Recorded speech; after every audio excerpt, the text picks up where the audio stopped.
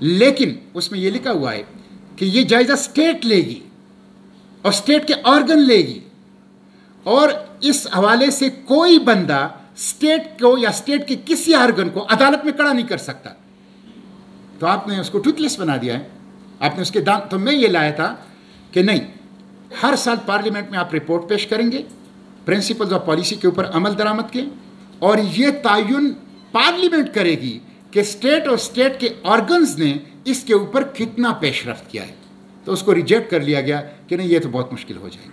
تو بہرحال میری ابھی بھی کوشش ہے کہ میں اس کانسٹیٹیوشنل امینڈمنٹ کے ذریعے سے اس کو آپریٹو پارٹ بناؤں کانسٹیٹیوشن کا اور اس کو آگے بڑھاؤں. جو ایشوز ہے پاکستان کے اکانومی، پاکستان کے ملک کے، وہ میں آپ کو بتا دیتا ہوں. نمبر 1، پاکستان کا سب سے بڑا ایشو جو اس وقت ہے وہ اکانومی ہے. اکانومی کے مسائل کیا ہیں، اس کو کیسے حل کیا جائے. نمبر 2، پاکستان کا دوسرا بڑا مسئلہ سول ملٹری ریلیشن میں بیلنس ہے. یہ ایک سی سا ہے، کبھی ایک طرف اٹھ جاتا ہے، کبھی دوسری طرف اٹھ جاتا ہے. اس کا حل کیا ہے. نمبر 3، ایجوکیشن ریاست اپنے کندھوں سے اتار رہی ہے. ہیلتھ ریاست اپنے کندھوں سے اتار رہی ہے. اس کا حل کیا ہے. انصاف کی فراہمی مشکل تر ہوتی جا رہی ہے. انصاف کی فراہمی کو انشور کیسے کیا جائے. احتساب، کرپشن اور کرپشن کے خاتمے کے لیے احتساب، ایسا احتساب جو ایکسیپٹیبل ہو، جو رزلٹ اورینٹڈ ہو، جو فروٹفل ہو، وہ کیسے ہوگا. اور آخری وہ ہے صوبائی خود مختاری اور پروونشل رائٹس. یہ ایشوز ہیں کہ جو اس وقت پاکستان فیس کر رہا ہے، اور اس کا ایک مضبوط جواب یہ ہونا چاہیے. اس کے اوپر ڈیبیٹ ہونی چاہیے، اس پہ سب کو کلیکٹیو ایفرٹس کرنی چاہیے، پبلک کو اویئرنیس دینی چاہیے، اور ہماری گفتگوؤں کا اور ڈیبیٹ کا ایشوز یہی ہونی چاہیے، بجائے اس کے کہ ہم صرف پولیٹیکل ریٹارک کریں اور پوائنٹ سکورنگ کریں، تاکہ ہم سیاست کو اور ریاست اپنی باقی ادارے کو، جیسے بار کونسل، بار ایسوسیشن ایک اہم ادارہ ہے، اس طرح کے اداروں کو ہم کسی ٹارگٹ اورینٹڈ ایکٹیویٹیز کے اندر وہ کام میں لا سکیں. میں تھوڑا سا اس کی وضاحت کر لیتا ہوں ان ایشوز کے ایک دو جملوں میں، پھر اس کے بعد آخر میں آ کے میرے ذہن میں جو اس کا حل ہے وہ بتا دیتا ہوں، اور پھر انشاءاللہ آپ کے سوال کا کوئی جواب ہوگا. سب سے پہلے ہم لیتے ہیں صوبائی خود مختاری کو. آپ کو یہ جان کے بڑی حیرت ہوگی، 18ویں ترمیم کے خلاف پروپیگنڈا کیا جاتا ہے کہ یہ تو 3 دنوں میں پاس کر لیا ہے، اور 18ویں ترمیم جو ہے اس کو رول بیک ہونا چاہیے. جو لوگ 18ویں ترمیم کے خلاف پروپیگنڈا کر رہے ہیں، میں نے سینٹ کے فلور پر بھی یہ کہا، وہ پاکستان کے جغرافیے سے کھیل رہے ہیں. یہ بڑی خطرناک بات ہے. 18ویں ترمیم 1973 کے دستور کے اندر موجود تھا، جسے 1987 یعنی 15 سال کے بعد آنا چاہیے تھا. 1988 میں، وہ 1988 میں آنے کے بجائے 2010 میں آ گیا، لیٹ ہو گیا، لیکن یہ موجود تھا، یہ ان بلٹ تھا 18ویں ترمیم اس کے اندر. اچھا، 18ویں ترمیم 100 فارمل اجلاس، 100 انفارمل اجلاس، 8 ماہ کی مسلسل محنت کے بعد یونانیمسلی یہ سینٹ اور قومی اسمبلی نے پاس کر دیا ہے، اور مور دین 100 آرٹیکلز میں امینڈمنٹس کی گئی، مور دین 100 آرٹیکلز میں امینڈمنٹ کی گئی، جس کے نتیجے میں 20 سے زائد ڈپارٹمنٹ صوبوں کے پاس چلے گئے. یہ ایک بہت غیر معمولی پیش رفت ہے، میں سمجھتا ہوں. اور جیسے جیسے وقت گزرتا جا رہا ہے، میں سمجھتا ہوں کہ اگر 18ویں ترمیم 2010 میں نہ ہوتی، آج ناممکن تھا. تو ایک بہت غیر معمولی اچیومنٹ ہے پولیٹیکل اسپیکٹرم کی. حالانکہ پولیٹیکل اسپیکٹرم کو بہت بدنام کیا جاتا ہے، لیکن یہ ان کی ایک اچیومنٹ ہے. پھر آپ دیکھیں کانسٹیٹیوشن کے اندر 4 آرٹیکلز ہیں.